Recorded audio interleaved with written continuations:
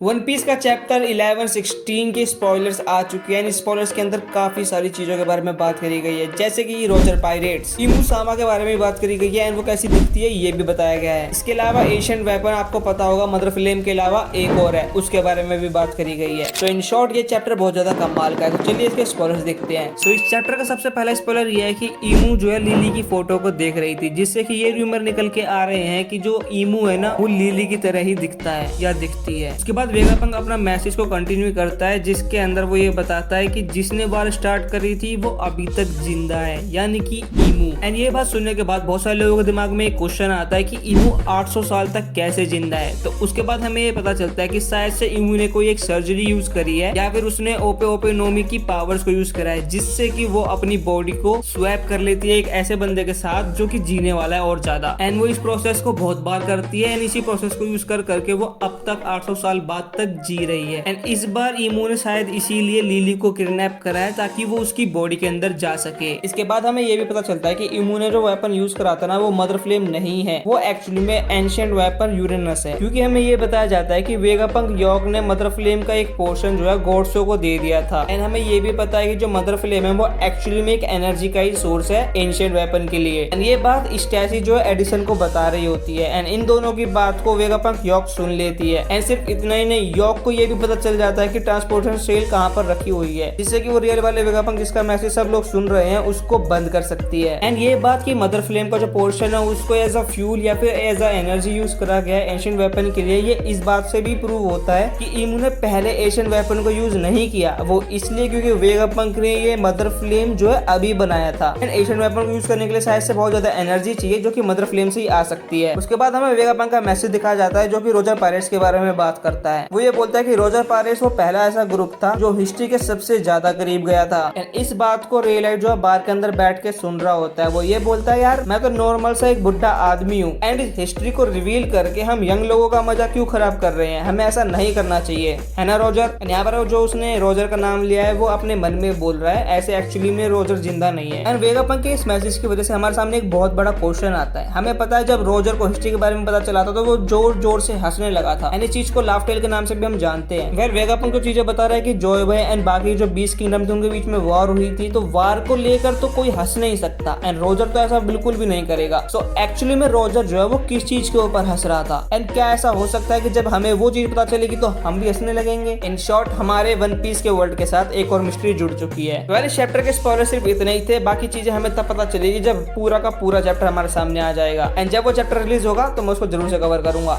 आप भी मेरे साथ इस जर्नी के अंदर जुड़ सकते हैं चैनल को सब्सक्राइब करके एंड वीडियो को लाइक करके। तो आप चैनल को सब्सक्राइब एंड लाइक करिए। मैं आपसे मिलता हूँ नेक्स्ट वीडियो के अंदर। सायोनारा, जय हिंद एंड जय भारत।